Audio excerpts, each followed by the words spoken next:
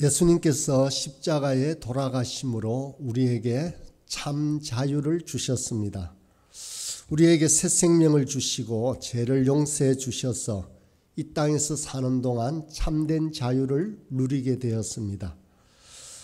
주신 이 자유를 육체를 위한 기회로 삼지 말고 다른 사람을 위한 사랑함으로 종로로 타라라고 권면하셨습니다. 그렇지만 우리가 성도가 되었지만 완전한 존재가 아닙니다. 많은 사람이 성령을 따라 사랑으로 종로로 타기보다는 육체를 따라 사는 것을 더 좋아합니다. 우리가 육체를 따라 살면 육체의 일들이 현저하게 우리의 삶 속에 드러납니다. 외적으로 볼 때는 멀쩡하게 보여도 아주 부패한 성적 문란과 타락이 남녀노소 할 것 없이 많이 있습니다. 이렇게 자기 중심적으로 살아가면서 어리석게도 자기를 포기하고 미신과 주술과 술 취함과 방탕의 자리로 나아갑니다. 육체의 소욕을 따라 살게 되면 더 심각한 것은 관계가 깨어진다는 것입니다. 부부 관계도 깨어지고 가족 관계도 깨어지고 이웃의 관계도 다 깨어져서 원수로 변하게 된다는 것입니다. 그러나 성령을 따라 살면 어떤 일이 일어나겠습니까? 오늘 본문 말씀 22절 23절을 다시 한번 보겠습니다. 오직 성령의 열매는 사랑과 희락과 화평과 오래 참음과 자비와 양선과 충성과 온유와 절제니 이 같은 것을 금지할 법이 없느니라. 성령의 열매 9가지가 등장합니다. 여기에서 가만히 주의 깊게 보면 우리가 19절 지난번에 살펴보았던 육체의 일들이라고 할 때 개역성경에는 육체의 일이라는 단수로 표현되어 있지만 원문에는 복수라고 했습니다. 육체의 여러 가지 일들이 있었습니다. 15가지의 일이 있었습니다. 그런데 오늘 22절 성령의 열매라고 할 때 이 열매는 복수가 아닙니다. 단수로 나와 있습니다. 육체의 일들은 여러 가지 흩어져 있는 복수이고 성령을 따라 살 때 맺는 열매는 단수라는 것입니다. 육체를 따라 사는 것은 혼란하고 아주 복잡합니다. 우리의 삶뿐만 아니라 전체적인 사회 환경들이 혼란해지고 어렵습니다. 그런데 성령의 열매는 하나로 일관성과 통일성이 있습니다. 성령을 따라 사는 삶에는 언제나 9가지 성령의 열매가 나타납니다. 열매의 모양은 다를지 몰라도 하나로 일관되게 흐릅니다. 그래서 엄밀히 말하면 이 성령의 열매 9가지는 각각 떨어져 있는 다른 열매가 아닙니다. 한 송이로 엮어져 있습니다. 그래서 우리가 자주 성령의 열매를 비유할 때는 사과나 배 이런 것처럼 떨어져 있는 한 개 한 개의 열매가 아니라 포도나무에 자주 비유한 이유가 거기에 있습니다. 한 송이로 엮어져 있습니다. 사랑이 따로 맺히고 화평이 따로 맺히고 희락이 따로 맺히는 것이 아니라는 것입니다. 9가지 열매가 동시에 자라간다라는 것입니다. 가정생활, 직장생활, 교회생활 어느 단면을 자라도 우리 삶에 일관성이 있는 것이 성령에 따라 사는 사람들의 특징이 됩니다. 성령의 열매는 성령으로부터 나는 열매입니다. 열매는 우리에게 풍성함을 줍니다. 풍성함은 성령을 따라 살 때 가능한 것입니다. 우리 삶에 성령을 따라 살 때 맺히는 것이 바로 성령의 열매인 것입니다. 열매라는 말을 생각하면 다시 떠오르는 것 또 하나가 맛과 향기입니다. 열매가 주렁주렁 붙어있는 실과 나무를 보는 것은 더할 나위 없는 기쁨입니다. 그런 열매들은 아주 맛깔스러워 보입니다. 성령을 따라 살 때 사람들의 삶 또한 참된 맛깔스러움이 있습니다. 우리가 사람을 처음 볼 때는 모두 외모를 봅니다. 그러나 외모는 금방 의미를 잃어버립니다. 진심으로 사람을 가까이 하고 함께 시간을 보내고 싶게 만드는 것은 그 속에서 나오는 맛과 향기입니다.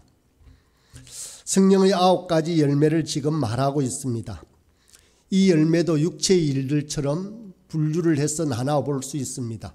9가지를 3가지씩 나누면 첫 번째는 하나님과의 관계에서, 두 번째 거는 이웃과의 관계, 세 번째는 자신과의 관계와 연관된 열매들입니다. 첫 번째 하나님을 알 때 생기는 열매 3가지는 사랑과 희락과 화평입니다. 제일 먼저 나오는 열매는 사랑입니다. 이 사랑은 이성 간의 사랑이나 부모가 자녀를 사랑하는 사랑이 아닙니다. 그런 사랑도 참으로 귀하지만 다분히 우리 인간적인 사랑에는 자기 중심적이고 자기를 더 소중히 여기는 조건부 사랑일 수가 있습니다. 그러나 성령의 열매인 참 사랑은 하나님을 만날 때 알게 되는 사랑입니다. 조건이 없습니다. 자기 중심적이지도 않습니다. 하나님의 은혜를 통해 아는 사랑만이 바로 참 사랑으로 인도하는 것입니다. 이렇게 하나님의 사랑을 알게 되면 두 번째, 우리 삶에 희락이 있습니다. 기쁨이 있습니다. 세상에도 희락이 있습니다. 기쁨이 있습니다. 그러나 세상의 희락은 일시적인 기쁨이나 제약된 기쁨일 때가 많이 있습니다. 다른 사람들의 마음에 상처를 주면서 느끼는 기쁨일 수가 있습니다. 일시적으로 느끼는 기쁨을 기쁨이라고 보통 생각하지만 하나님의 사랑을 알면 참된 기쁨이 무엇인지를 알게 됩니다. 하나님이 우리를 사랑하는 것을 알 때 사람은 참된 기쁨을 누립니다. 순전한 기쁨입니다. 다른 사람을 그렇게 아프게 하는 기쁨이 아니라 내가 기쁠 때 남도 기쁘게 만드는 순전한 기쁨입니다. 열매를 만들어내는 기쁨도 있습니다. 잠깐 동안 기쁜 것이 아니라 우리 삶에 질고와 고난이 있을지라도 빼앗기지 않는 기쁨입니다. 성령을 따라 사는 성도의 삶에만 있는 기쁨입니다. 사람의 능력이 아무리 탁월해도 그것을 가지고 세상을 바꾸기는 어렵습니다. 우리가 성령을 따라 살면서 하나님의 사랑을 알고 그 사랑이 가져오는 기쁨이 뭔지 알아야 세상을 바꿀 수 있습니다.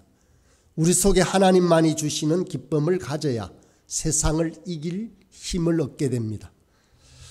그리고 다음 하나님의 사랑을 알면 우리에게 또 무엇이 생깁니다. 바로 참된 화평입니다. 세상은 전부 더 나은 존재로 자기 자신을 만들기 위해서 치열한 경쟁 속에 살아갑니다. 학교, 사회, 직장 어디를 보아도 전쟁터와 같습니다. 그러나 하나님의 무조건적인 사랑을 알게 되면 영혼 속에 평안과 자유와 안식을 누리게 됩니다.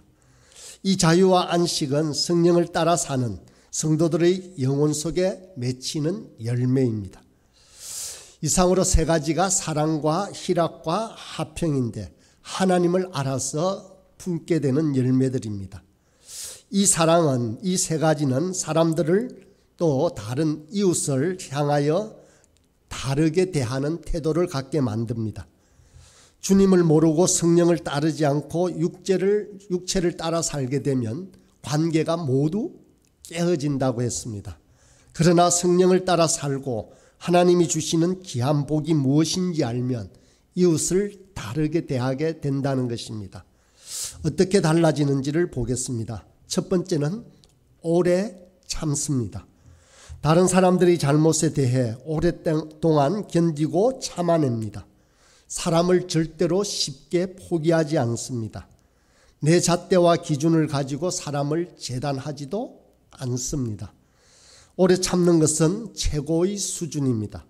왜냐하면 하나님의 때와 방법을 알기 때문입니다.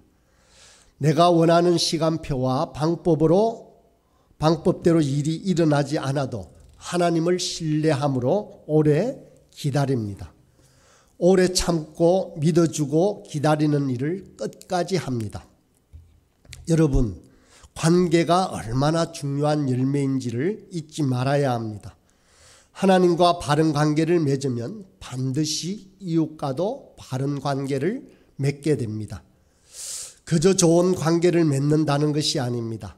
사람을 오래 참고 포기하지 않는 것을 배운다는 것입니다. 긍휼이 가득한 눈으로 사람을 바라보게 됩니다. 세상 사람들 중에 어지간히 훌륭해 보이도 사람들은 모두 허물과 약함이 있습니다. 그 한계가 드러납니다. 그런 약함과 한계와 허물을 따뜻한 눈을 가지고 바라보게 됩니다. 그것이 바로 두 번째 자비입니다. 오늘날 사회를 보십시오. 정치판을 보나 언론을 보나 자르고 찌르고 미워하고 판단하는 이야기들을 얼마나 쉽게 내어놓고 있습니까? 다르다는 이유 때문에 쉽게 자르고 찌릅니다. 그렇게 우리는 우리가 싫어하는 바리새인을 비판하는 또 다른 바리새인이 되고 맙니다. 성령을 따라 사는 성도들은 눈이 다릅니다. 우리 안에도 수많은 허물이 있음을 보게 됩니다. 그래서 자비와 긍휼이 가득한 눈으로 다른 사람의 약함과 허물도 보게 됩니다. 이 자비의 열매가 있으면 또 무엇이 따라올까요? 세 번째, 양선입니다. 양선이라는 것은 한마디로 선행을 말합니다. 자기를 희생해서 자기의 돈과 시간을 들여서 이웃에게 필요를 공급하는 것이 양선 곧 선행입니다. 말로만 하는 선행이 아닙니다. 몸으로 혹은 우리 가진 것으로 나누어야 하는 것이 참된 선행입니다. 또 시간을 내어 몸으로 섬겨야 합니다. 우리 부활소망교회는 매주 화요일 붕어빵으로 나눕니다. 적지 않은 비용이 듭니다. 또 각자가 시간을 내어 수고를 해야 합니다. 이처럼 우리 교회가 이웃의 약함과 아픔을 바라보면서 따뜻한 눈으로 그들을 바라볼 수 있길 바랍니다. 할 수만 있다면 더 많은 자기의 물질과 시간을 써서 이웃의 아픔을 헤아리는 양선, 즉 선행하는 그런 귀한 교회가 되기를 꿈꾸고 있습니다. 교회 규모가 크고 작은 것은 별로 문제가 되지 않습니다.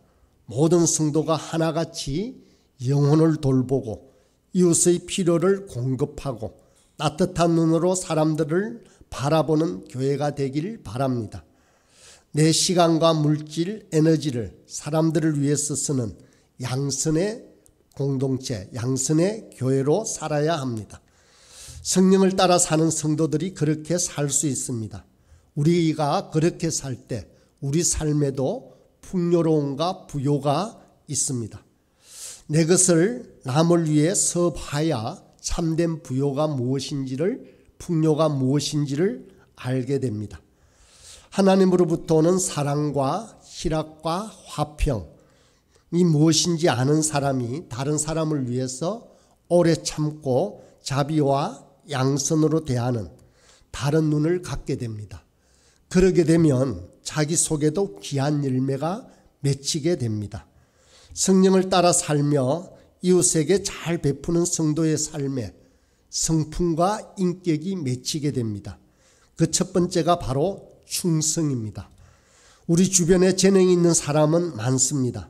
그러나 충성스러운 사람은 그리 많지 않습니다. 정말 하나님 앞에 마음이 들여진 충성스럽고 신뢰할 만한 사람들은 만나기가 쉽지 않습니다. 충성된 사람은 마음의 중심을 주님께 드리고 하나님 앞에 서서 변함없이 진실하게 사는 사람들입니다. 그런 사람 하나가 얼마나 보석과 같이 중요하고 소중한지 우리는 모두 잘 느낍니다. 이웃들을 소중하게 여기면 우리 속에 충성스러움이 만들어집니다. 그리고 또 두 번째, 온유함이 만들어집니다. 온유가 무슨 뜻입니까? 저는 온유가 성경에 나오는 성품 가운데 최고의 꽃이라고 생각을 합니다. 이 온유는 겸손과 부드러움과 강함이 다 붙어있는 성품입니다. 온유는 겸손해서 언제나 남을 먼저 헤아리는 것입니다. 또 부드럽고 정말 따뜻합니다. 그렇지만 강인합니다.